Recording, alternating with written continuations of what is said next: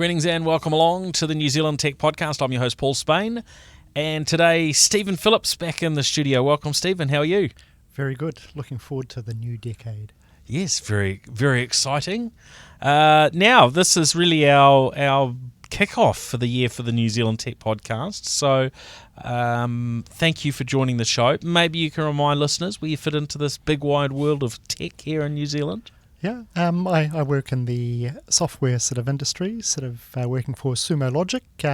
We're a player in cloud native machine data for continuous intelligence. So, understanding insights into your business and security and innovation and disruption, all by what the computers tell us. Right, analysing all that data that absolutely making that sense gets stored and making something useful out of it. Absolutely, yeah, good stuff. Well, look, great to have you on the show. Doubly because Sumo Logic is one of our partners for the show, alongside Vodafone New Zealand, Spark New Zealand, Vocus, HP. And Samsung. So huge thanks to all of those organisations for their support of the tech sector here in New Zealand, and of course their support of making the New Zealand Tech Podcast possible. So let's jump in. There has been so much happening since we last had an episode. So let's look at some of that. I've been away travelling, so I've spent a number of weeks in Asia. I've spent some time camping over the break. There's been all sorts. So we might dive into some of those learnings from travel. We've had CES, the Consumer Electronics Show, of course, taking place in Las Vegas in the last few days. And a bunch of local news as well from a New Zealand perspective. So I think plenty of things to cover, and we won't necessarily get through it all on this episode. Some of the areas like CES, we'll be picking up, maybe talking about some of those announcements and so on. A bit of analysis over future episodes. But one headline that really caught my attention in the last few days was around, this was what the headline read on TechCrunch, was India's top court rules indefinite internet shutdown in Kashmir unwarranted and basically amounting to an abuse of power. Now, this seems to be quite sort of politically charged and driven. I know you connected with a friend of yours in India for his insights. And even when I read the story on TechCrunch, the first, I read through what their analysis was, and then I read the first comment, and it was from somebody in India basically saying that the journalist here, was not giving a balanced view, and this person was no longer going to be, reading that publication. So, it's I guess something that may be a little bit hard to get the facts absolutely clear, but the idea of a region having internet cut off, to me, just seems absolutely mind-blowing, because we're so reliant on it now for simple basic communications, and understand that there's been apparently also impact to mobile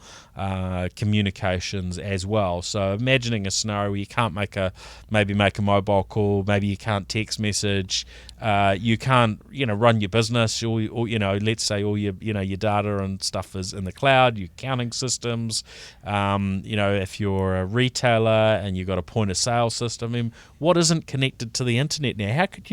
How could much at all operate without internet connectivity? Mind-boggling. Yeah. Certainly there's companies that are doing food delivery and all those types of things there. They're not going to be able to actually deliver food to people. So we've disrupted so much of our lives now that without the internet, I think it's not a good situation. Yeah. So, look, there's a bit of a bunch of coverage of this stuff online.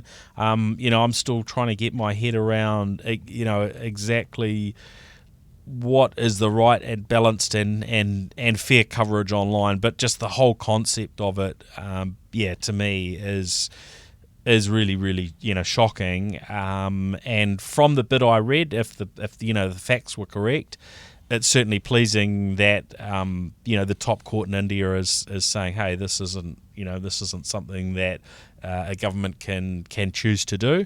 But yeah, I'm not saying that I've got necessarily all the ins and outs. I think you'd probably need to look over a number of different media to get a fair and balanced viewpoint on it. And I think today we have this challenge that media tends to be very politically aligned, and so you look at in the US, and there's some that are particularly left, some that are particularly right. Yeah. There's probably not a whole lot that are very balanced, and giving a fair view across from all perspectives, and seems to be becoming more and more of a challenge, doesn't it? Certainly is, and I think my colleague up in India today, he was saying that some of the social sort of media sort of networks, they are actually being potentially abused to actually get out fake news and the like. So I think we're well and truly into the decade of fake news interfering basically with how countries and sovereign sort of nations operate, and I think this is partially what we're dealing with here. Yeah. Now, jumping on to something completely different.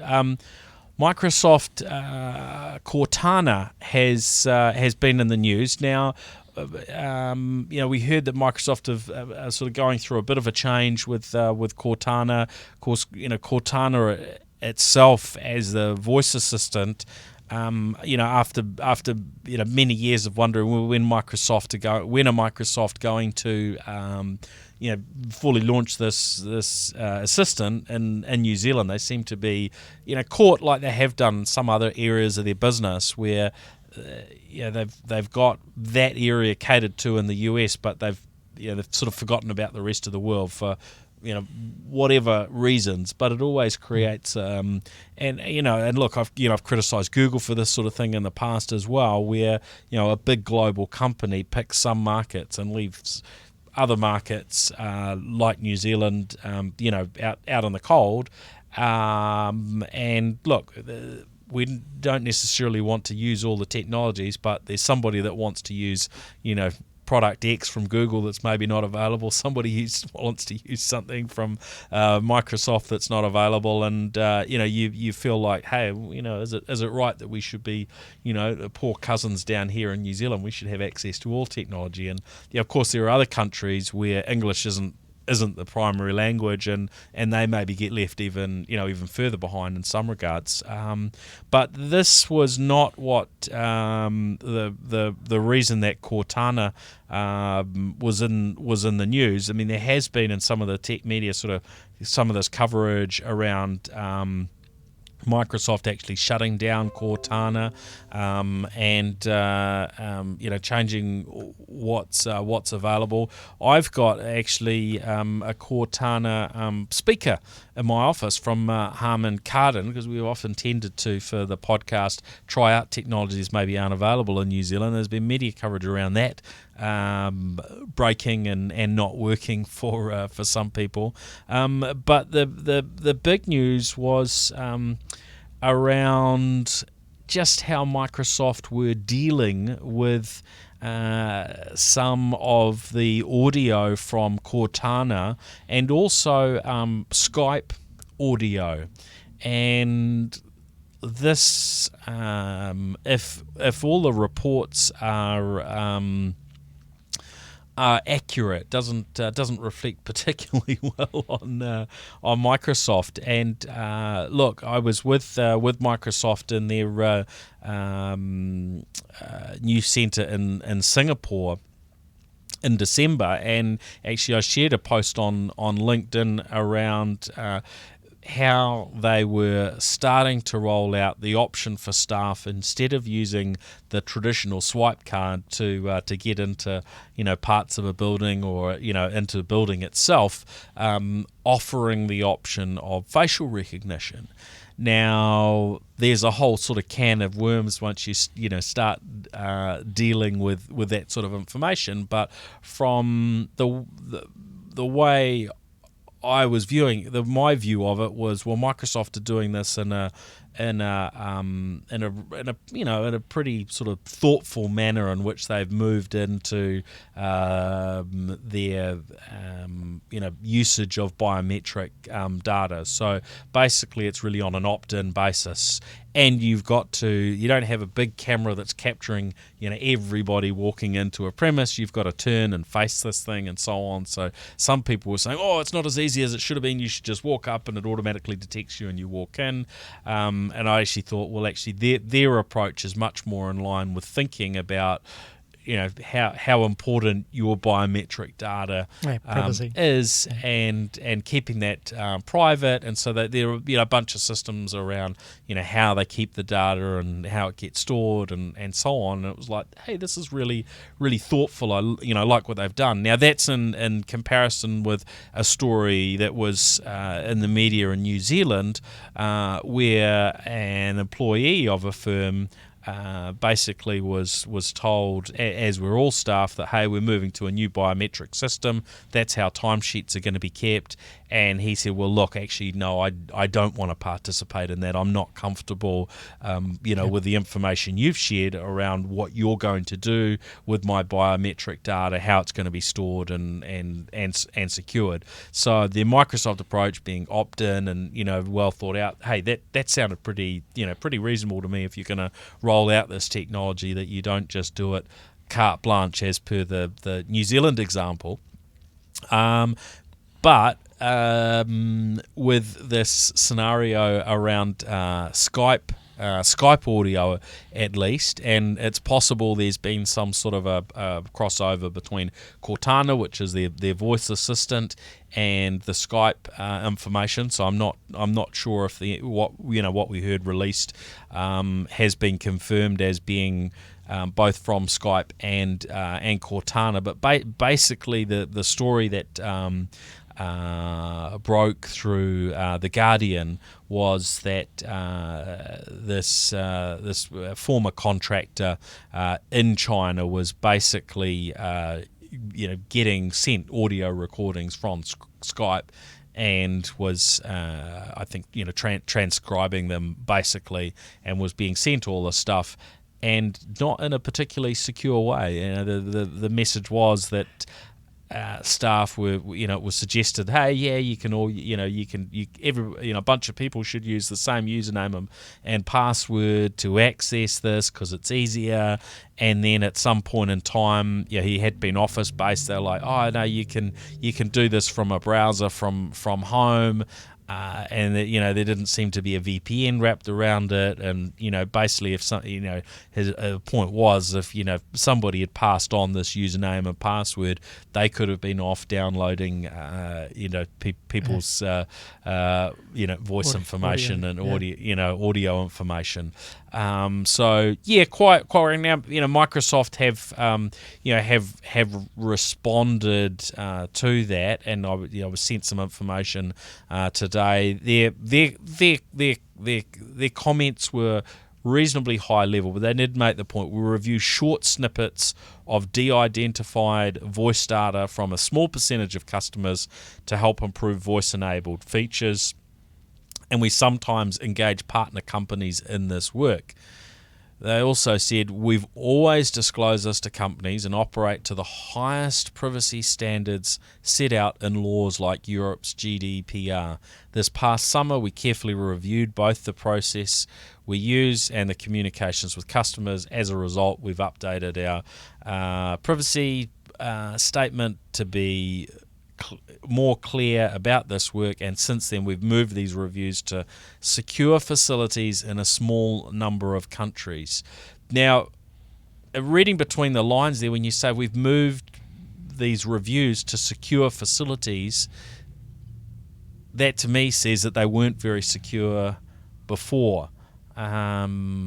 Maybe. Well, when you line that up with the news coverage, I think it would be, somewhat fair to draw a conclusion like that which is at odds with their previous statement about operating to the highest privacy standards. So I don't know. I don't feel very comfortable about this one. I don't know how you feel, Stephen. Yeah, there's certainly some inconsistency there. And usually where there's smoke, there's fire. Yeah, so they haven't come out, and I mean that's the statement that they sent across the New Zealand Tech podcast. So I'm concerned. The media coverage certainly made it look pretty shocking. Yeah. I mean, realistically, and look, in New Zealand, most of us are involved in smaller or much smaller organisations than Microsoft.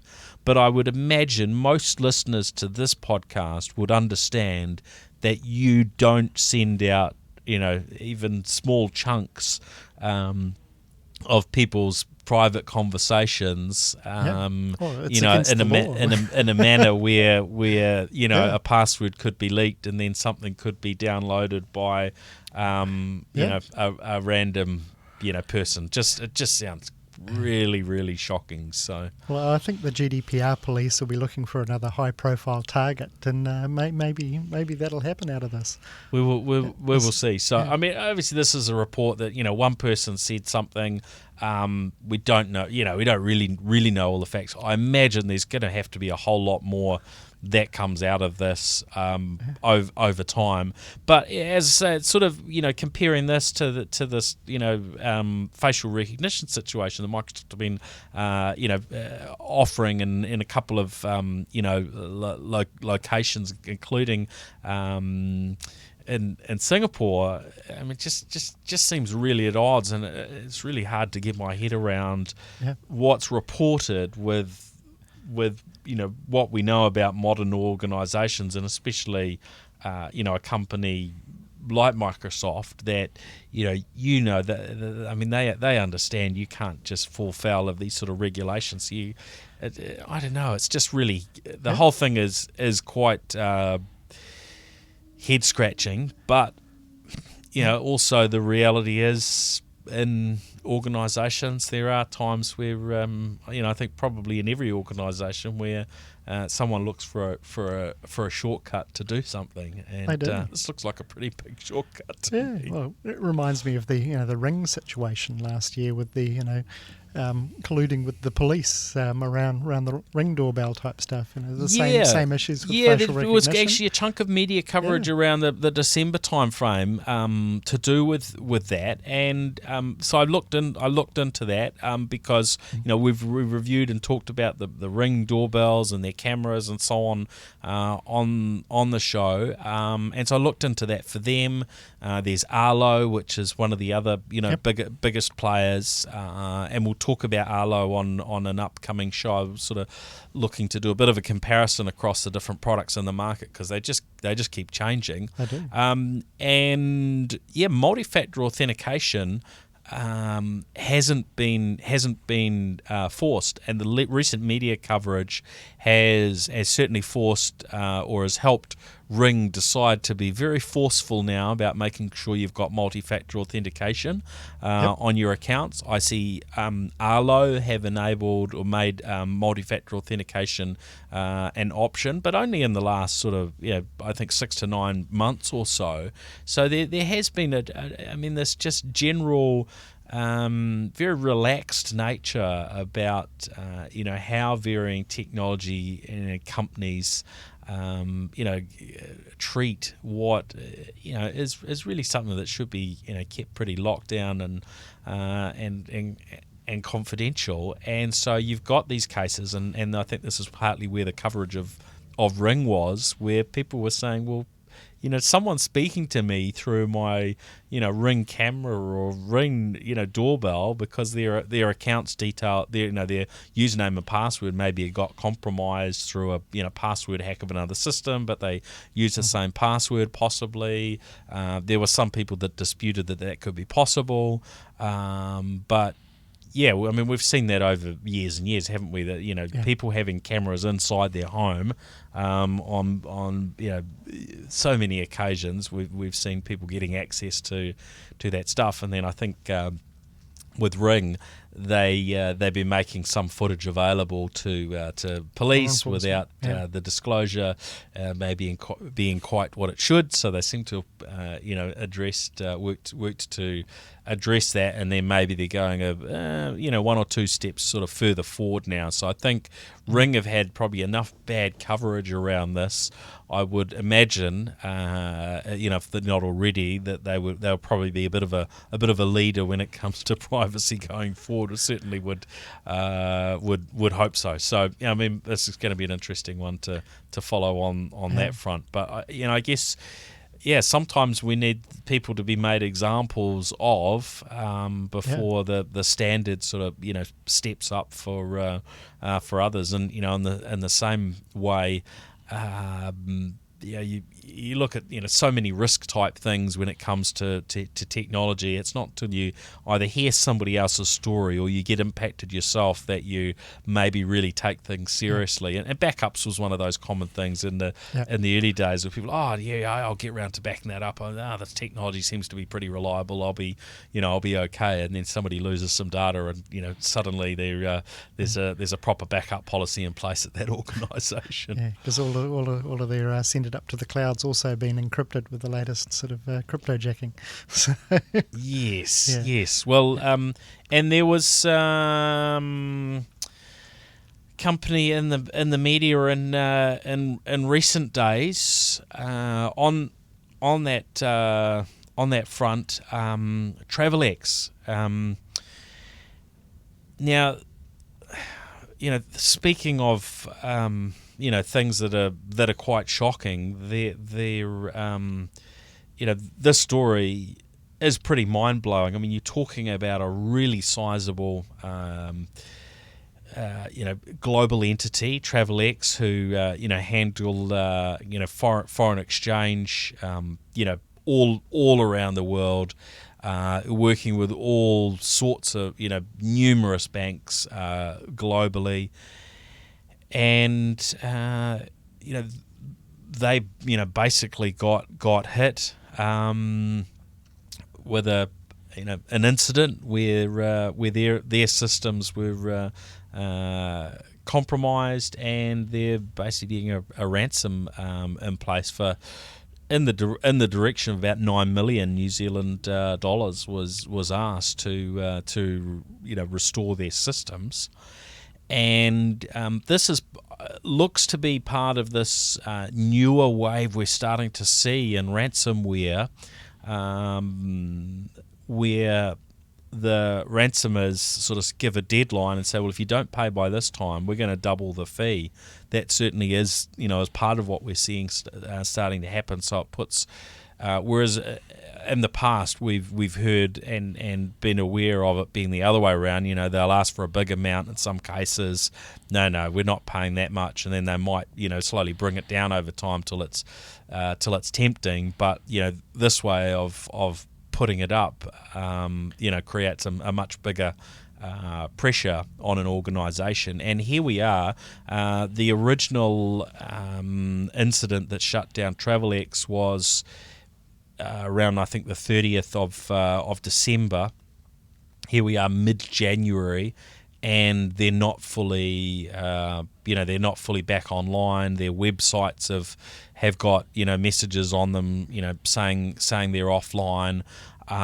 They've corrected they've got more honest messaging on their websites now, which initially said they were carrying out routine maintenance.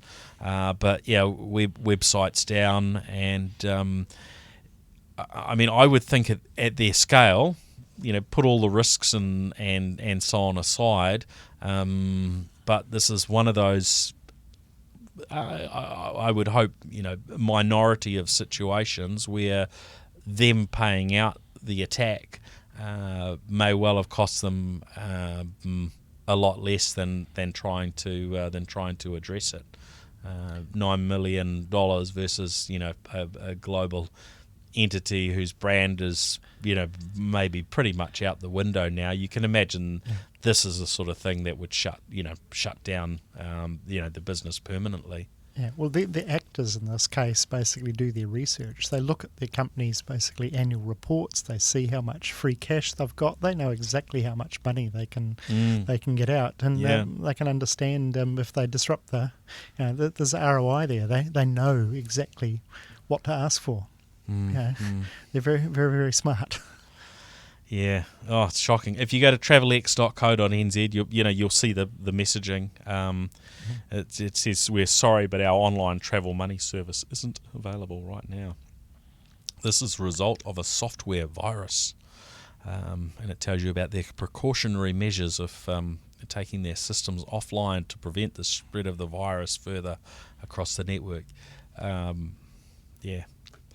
Yeah, well, you've probably got a good 50 organisations now that is their main business, going after these types of targets. Yeah, well, there's money to be made, sadly, and that's why we'll keep seeing more of these things. The other thing which seems to be a trend, I understand, with the ransom type situations is.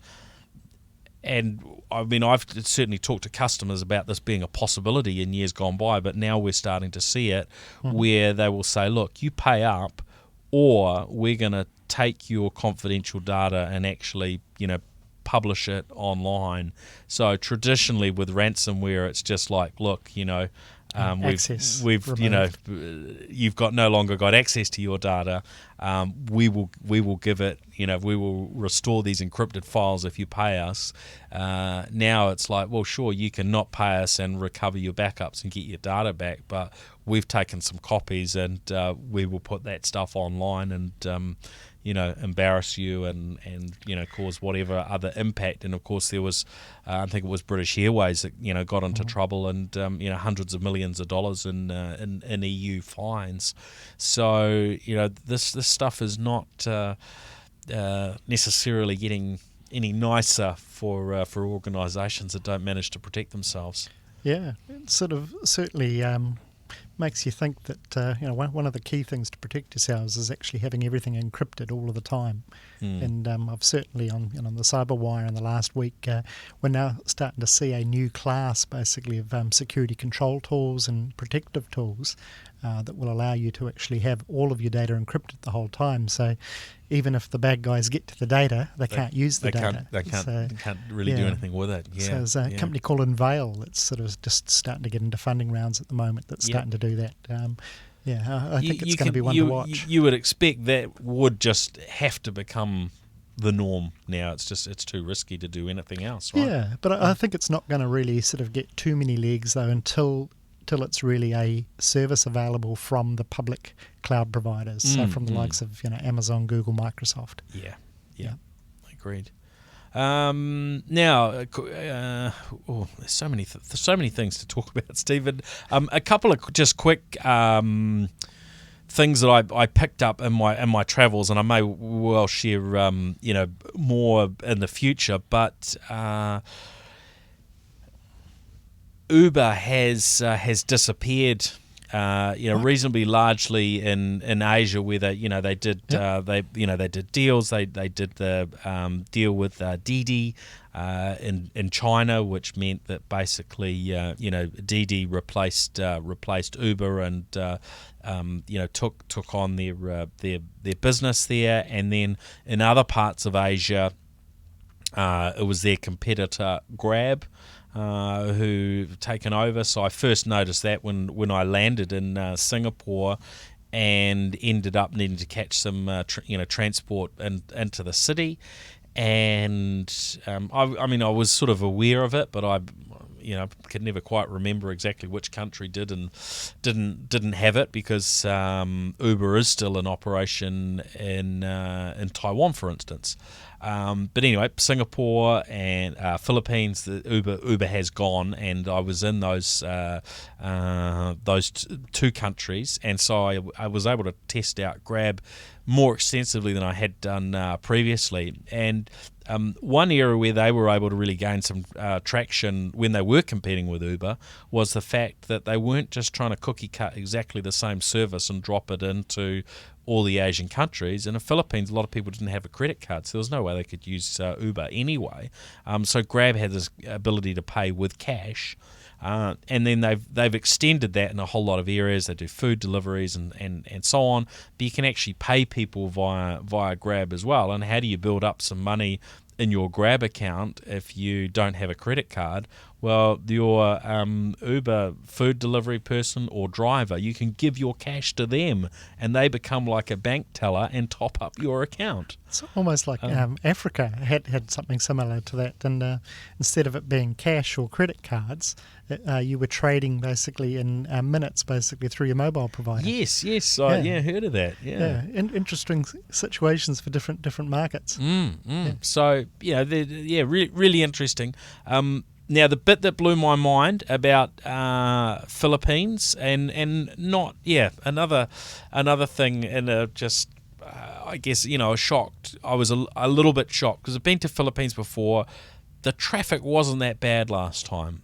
This time it was so bad. So you could try and I'm used to being able to fire up Uber or any whatever the local apps are for transport, and I tried a meeting that I had to get to. I tried for the best part of an hour.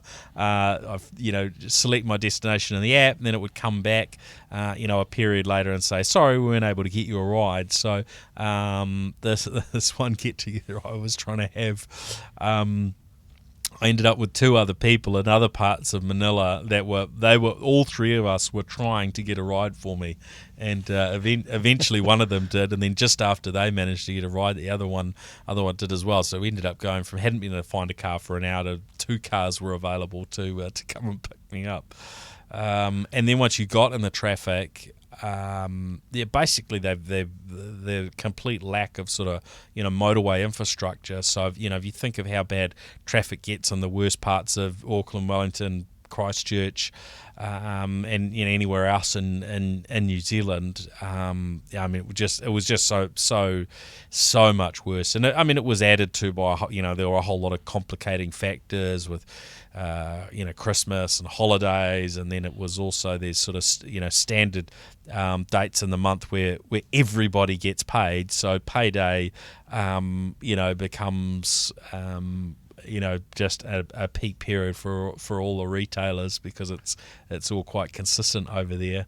It was a nightmare. They even we went to a tech meetup in Manila, and it took us 2 hours to get what in a normal city is might take you 15 minutes to get that sort of distance, 10 or 15 minutes. So it was not too much fun, shall I say. So Do you think it was just a lack of number of cars on the road, or do you think maybe Uber not being popular there anymore has meant that the business is being picked up and there isn't the coverage anymore on Uber in those markets? There were just once you got on the road, there were way too many vehicles on the road. Mm-hmm. There's the aspect that they don't seem to have probably the extremes with the incentives for their drivers. Right. So if you think of in New Zealand, I'm not sure what the top amount is, but if you're trying to catch a ride on, say, New Year's Eve or something like that, surge or back from a big concert or a sports game, then you get that surge pricing, right? And it can, I don't know, I think I've seen it maybe 7 times the normal price or something. Well, it wasn't getting to that sort of extreme. And maybe their numbers were such that if we get to that, we're just going to really upset everybody. But it was high enough that the drivers, probably, if they had time, they were probably getting out on the road because they were getting, maybe at least double what the normal would have traditionally been. But it was no way it was going, to really, really crazy heights. It was, and my guess is maybe double what it normally normally was. So there's certainly an incentive for the drivers to all get out on the road, but Right. not maybe not high enough incentive, or just not enough vehicles in total. Yeah. But also one thing they had and I noticed this in Singapore when I fired up the app. You get these different variations, and one of them was basically a sort of a carpooling type service. So where it was somebody that had no taxi type qualifications or whatever, they're just they're going from A to B. Oh, yep, I'm going to be picking up my friend from the airport, and I'm going to be heading into town. So if that happens to match up with your ride, then you've got the opportunity of being able to ride with them as well. And I've certainly wondered for a while when in New Zealand, for instance, are we going to see the technology sort of line up for people that are commuting? I think of people coming into the Gorilla office every day. Yes, it might not. You might come in at slightly different times and things. So the traditional sort of carpooling myself and a colleague, because we're going basically a similar route, we'll carpool, but a technological one that would pull somebody out because the data matches. They're on your route, and it's just going to fit together. This is somewhat the closest I've seen of that done at any sort of scale. I think there is an app in Auckland. There are maybe a few in New Zealand to do that sort of thing, but they don't seem to have had much uptake. Well, that's how Uber's competitor in the US started, around the campuses and the likes. But then they with Lyft, with the Lyft, right, that's exactly their story. Yeah. Had an interesting story in New Zealand. I was out at the airport. Bumped into a colleague sort of at the we were both trying to order our cars, and one kept cancelling on me, and then so I went from Zoomy, because I support New Zealand. Went on to Uber, and then picked it up, and we both ended up sort of getting into the same car. So he actually took a fare basically as a Zoomy driver and an Uber driver for the two of us, basically. One fare. That's pretty smart. I don't know what the companies would be thinking about that. But, wow, because you couldn't do that with one, but if you'd lined up the destinations right. Yeah, well, he knew where we were both going to. It was only maybe a couple of hundred metres. He had both bits of data. Both bits of data, and bingo, basically, he took the fare from my mate, and he took the fare from me, and it was only about halfway through the actual ride that we realised that we're being duped here, because he's taking two fares. He's taking two full fares, through two different systems. So very, very smart. I commend that driver on his genius. Look, it depends on a number of factors, but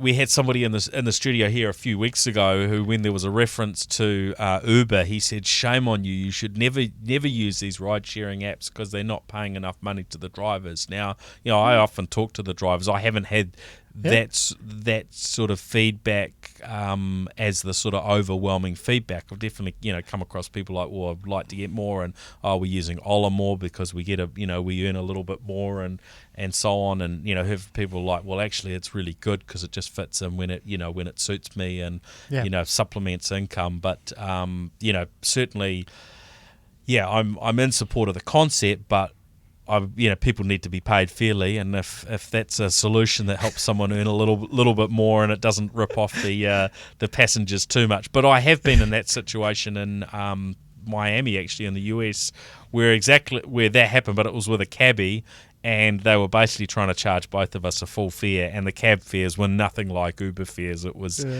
like, oh, okay, so you're getting $100 for this, what wasn't a particularly long journey. But anyway, we should move on. There were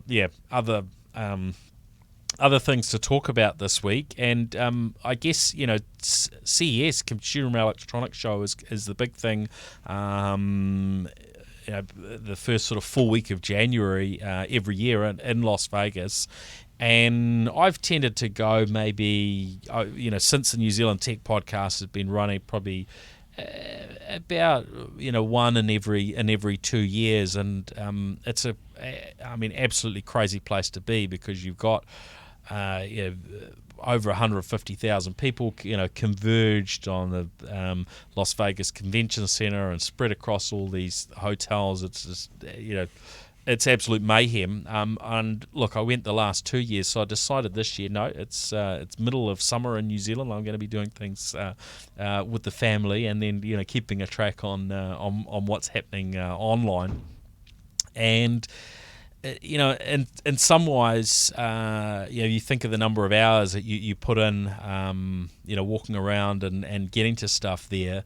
If you put the same amount of time, and I wouldn't put that much time in, but you put the same amount of time into watching all the online coverage, you probably be, in some ways more informed than those that are actually on the ground there, because you just spend, so much time, trudging around and moving around in buses and Ubers and the like. Yeah, not as fit though. Not as fit, not as worn out. Anyway, a nice time away with my family, doing a little bit of camping. Over the last few days as well, which was nice. But I just wanted to maybe jump in on a couple of the interesting things from CES, and we don't want to make this a sort of a 2-hour long episode or anything. So we won't be delving into all of the bits and pieces, but maybe just jumping into one or two of the highlights. Samsung Bali, which was a big part of their keynote, or Bali as I call it, having read it Ballie, but they referred to it as Bali, which I don't know I don't know if that sounds more like a real name, but it looks like something off Star Wars, a sort of cross between what's the Star Wars character. I'm trying to remember.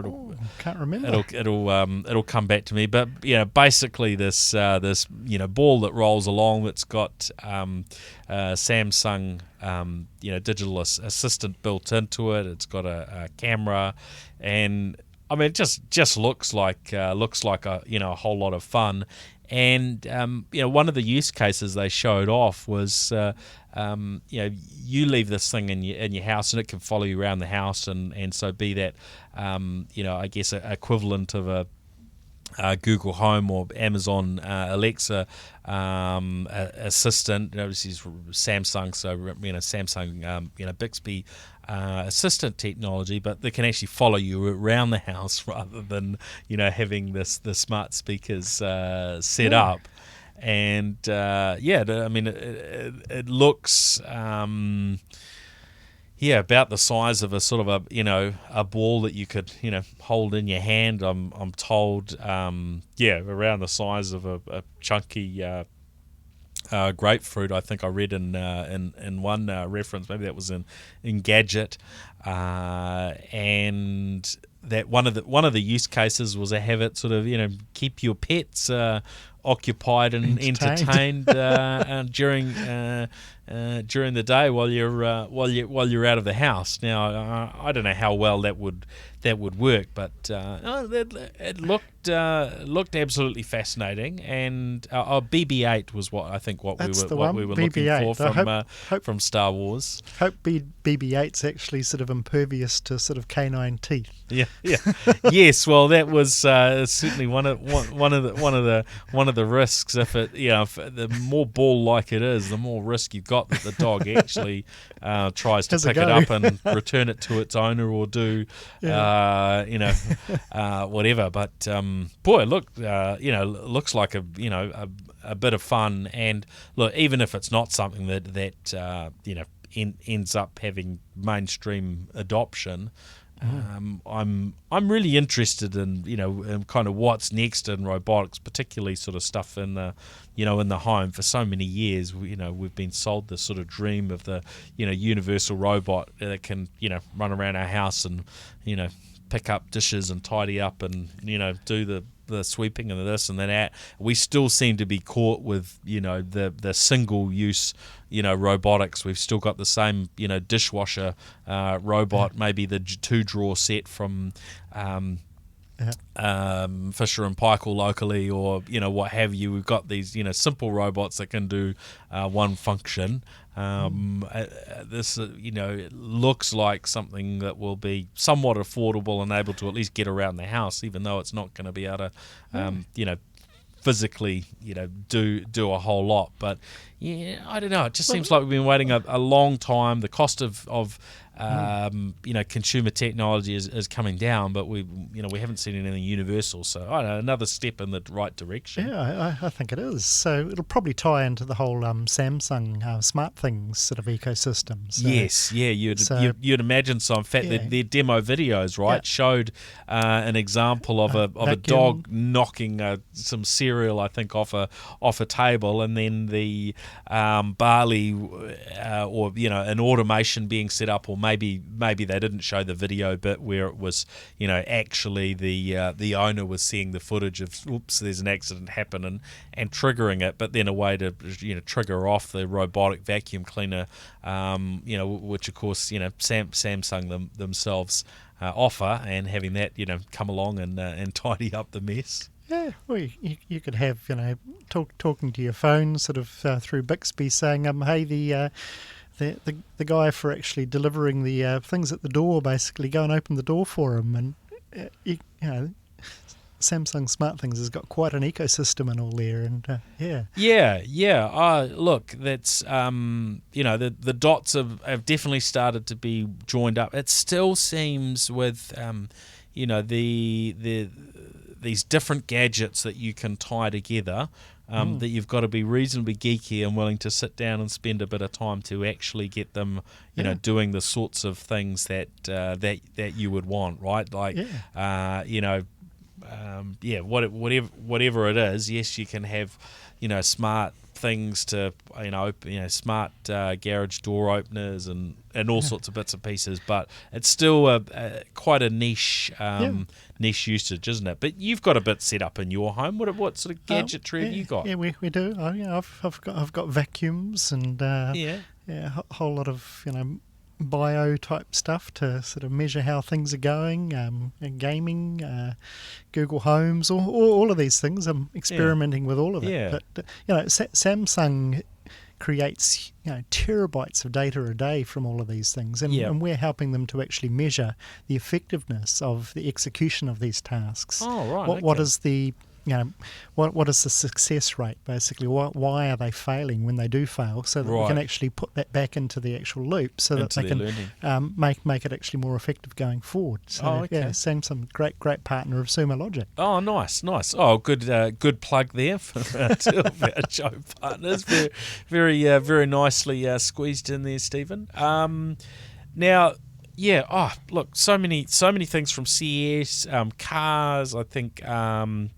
Sony surprised by bringing out basically an EV, an electric vehicle prototype, sort of onto the stage. Now, usually I do go to the Sony press events, so I've been there. I probably would have been able to have a little bit of a closer look. But the interesting thing about this was they call it the Vision S. So it is a concept car, and Sony basically said, well, we're not actually planning to launch any cars soon, but they're using it as a technology demonstration to show off what sorts of things with Sony cameras and other screens and bits and pieces of technology that they could offer to automakers who might partner with them. But it looked like a really slick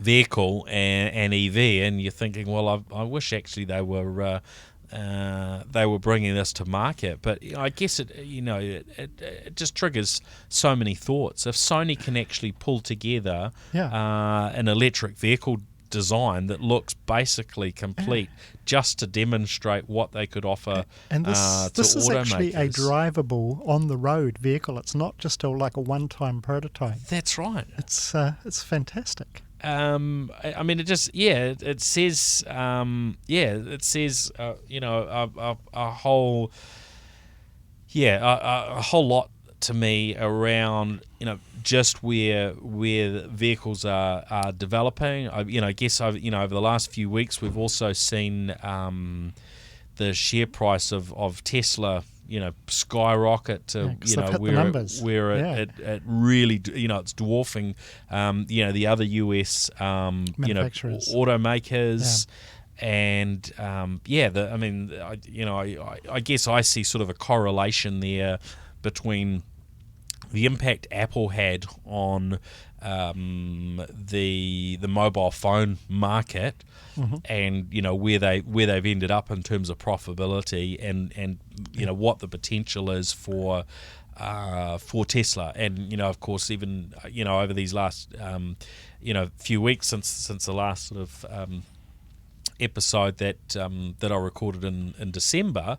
I've had a bunch of updates come through for the Tesla, which is is to me is just sort of pushing home how different Tesla are in terms of the what they're bringing to to cars. And look, you've got to imagine everyone else is going to be in a similar space at some point, but they are still right now in a different space, and they're starting to build up, not in everybody's minds, but I think they're certainly attracting all sorts of attention. And it was interesting just tripping around over the break, and just the different comments I would get from just completely random strangers of all walks of life, referencing Tesla in one way or another. I mean, their brand seems to be getting that sort of halo around it, like what Apple got in phones.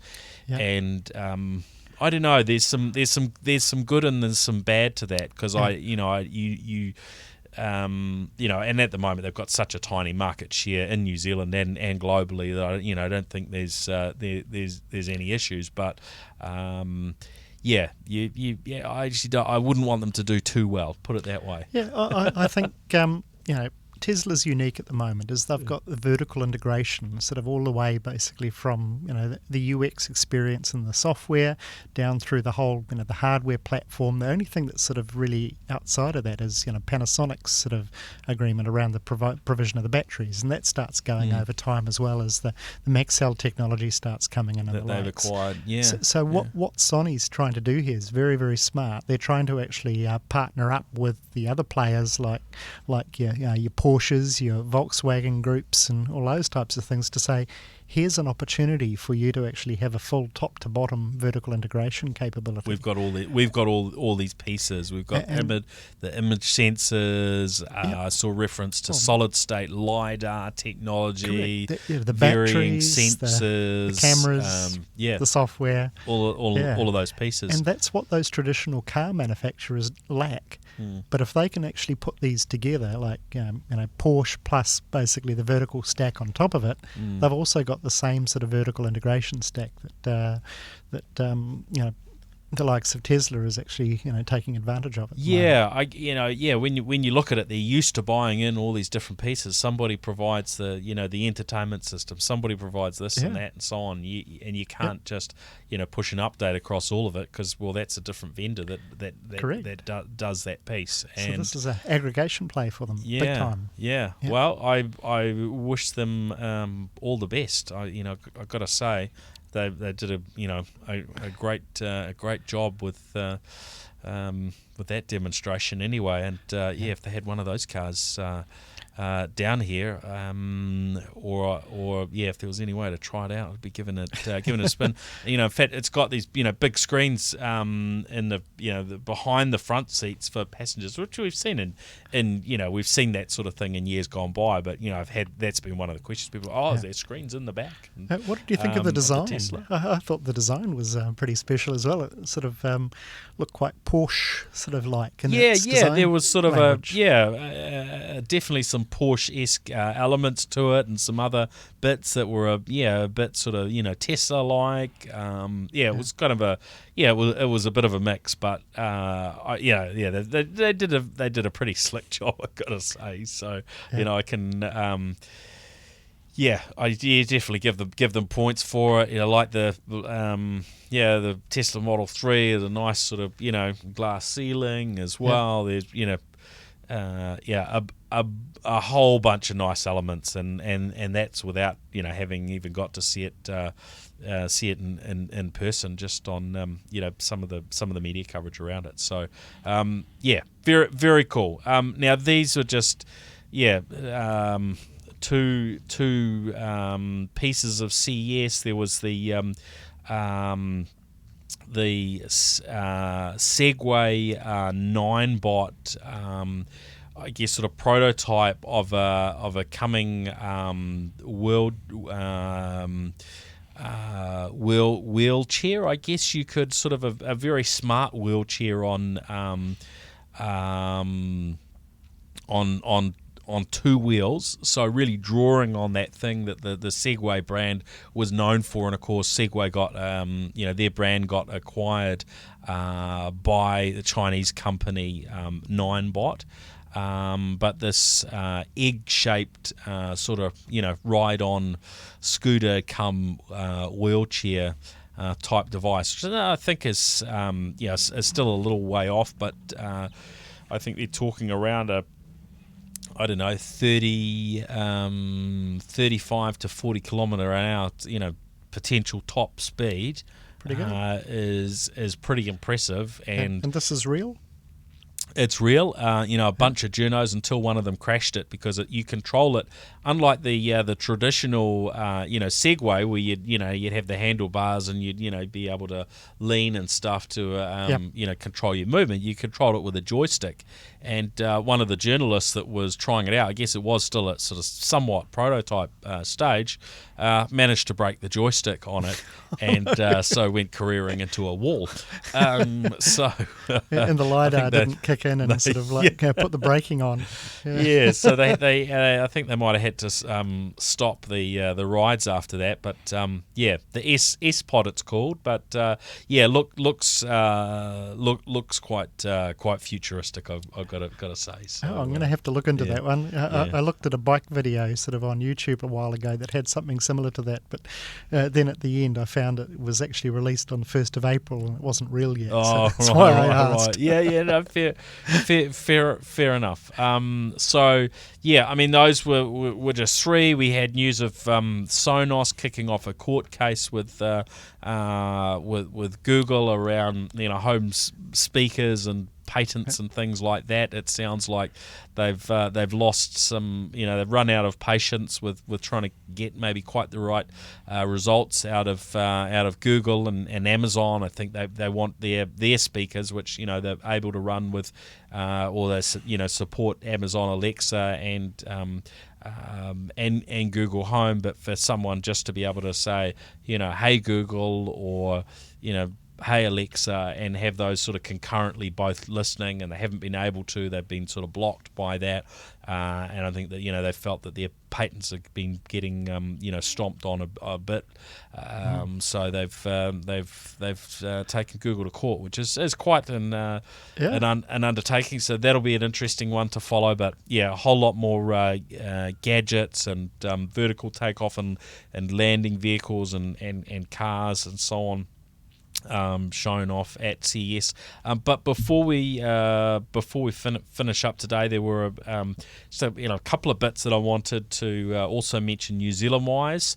So we've had streaming video in New Zealand since before Netflix was officially available. Of course, listeners to this show and others would have maybe were accessing Netflix over a VPN before it became available. But during that period, we saw Lightbox launch in New Zealand. I can't remember now actually how far ahead of Netflix they were, but I'm pretty sure About a year or so. had a reasonable jump on Netflix, and of course, and that was Spark that launched that, and then Sky had their Neon service, and we've had varying other things and sport things, but then one of the bits of news during my time overseas was that Sky are acquiring Lightbox from Spark, and they will ultimately be merging that in some way with their Neon service. So that's I think a reasonably sort of logical step when we look at just how much market share that Lightbox and Neon local players were able to take up against the sort of global behemoth of Netflix, and of course now we've got Disney Plus, Disney Plus. There's Prime. Amazon Prime. So there's a growing number of international services just have this massive budget and scale. And look, I think it really makes sense. And look, I hope that pans out well. I've said on numerous occasions, let's support the local things. Yeah. We want to have local, companies that are succeeding up against these global players, and I think they've got a better chance of doing that as a merged entity than as separate entities. Yeah, correct. And I think Sky's certainly doing a reinvention of how they aggregate their content, and Lightbox sort of in that mix. It's going to be compelling. Now, for those worrying that they're going to lose access to Lightbox, maybe they get it free at the moment through Spark plan their Spark plan. It sounds like certainly in the short term, there's no there's not expected to be any changes to that. So that'll certainly be something that we'll follow a little bit over time. Now, towards the end of last year, we had the announcement that Chorus are launching their faster fibre services in New Zealand, and I got information through from Orcon, who are of course one of the brands of Vocus, who are one of the partners of the New Zealand Tech podcast, and Orcon have jumped on board, appear to be the first internet service provider telco that are launching these new plans. So they have a 4 gigabit per second up and down plan launching in New Zealand this week at $199 for unlimited, and this is obviously comes down to Chorus, making the services available, and those will be sort of slowly rolling out around the country. So, starting in the South Island, and then slowly moving on to varying parts of the country before I think we're looking probably September timeframe when these will be broadly available to those that have access to Chorus's ultra fast broadband. So very nice for some if you can get it. I think Arrowtown was right at the top of the list. I'll be in Arrowtown over the next week or two. I don't know whether Orcon will be able to give me a chance to try out their services, but a little jealous of those in Arrowtown who are at the top of the list for getting the new services. And look, $199 for an unlimited service. Presuming that they can deliver some good and appropriate bandwidth both locally and internationally to those that subscribe. That sounds like a pretty good arrangement. Of course, you'll need the right devices that can leverage and take advantage of that. And in most cases, that's probably not going to be home environments. That's going to be where you've got a bunch of users needing to move around some reasonable chunks of data. But boy, it's awesome having that option available. I'm up for it. I turned on Mark Callender, the CEO of the Vocus Group's DSL about 15 years ago. Maybe he could come around to my place and commission my new 4 gig one on this new one. Come on, Mark. Mark, if you're listening. Well, look, it might be time to get maybe get Mark or one of the team from Vocus back on the show for for a bit of an update. Yep, So bring it on, Vocus. So look, it's good, and I remember right at the beginning with the ultra fast broadband that Orcon were right at the forefront there, and in fact I think I've actually moved to a house that was able to get ultra fast broadband. I was so keen to try it out, and it was at that stage it was Vodafone put me on their trial, and Orcon connected me up. So they were both at the very at the earlier end of things, and so look. Good on Orcon for being at the forefront there, and no doubt we'll be hearing from some of our other telcos in the not too distant future about them coming on board. But look, we need to have some who are going to just jump in there and be ready, right at the beginning, and I imagine there'll be more. Now, also on the front of broadband, Pacific, who we had on the podcast, it must be over a year ago now. They've finally got their satellite. Has gone up into space on the SpaceX launch.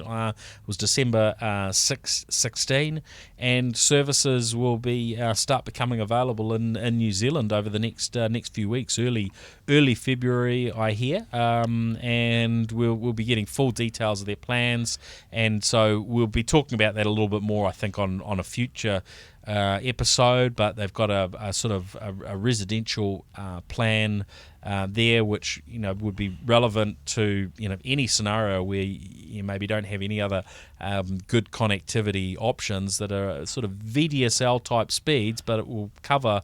I'm not sure. I don't think it covers the Chathams, but it will cover pretty much every other part of New Zealand with speeds of 40 megabits per second down, 15 megabits per second up. If you've got nothing else, then I think there will be a few people sort of potentially celebrating that, and then some faster speeds. And I saw some reference there when I first looked at this and certainly there's a reference to a gigabit type speed, which is going to need a much bigger sort of satellite dish to get it. They've got faster plans for business as well. There's a bunch of offerings that are coming, and this won't just cover New Zealand, Pacific Islands, a bunch of parts of Asia and so on as well. So I think there'll be a bunch of people where this is going to be a very nice addition to what they've got at the moment, or as a backup connection. Something happens with whatever they've got, to have this one in place to fill in those times. It's certainly helpful when there's disasters and other scenarios to be able to get a satellite dish up and running to provide some connectivity.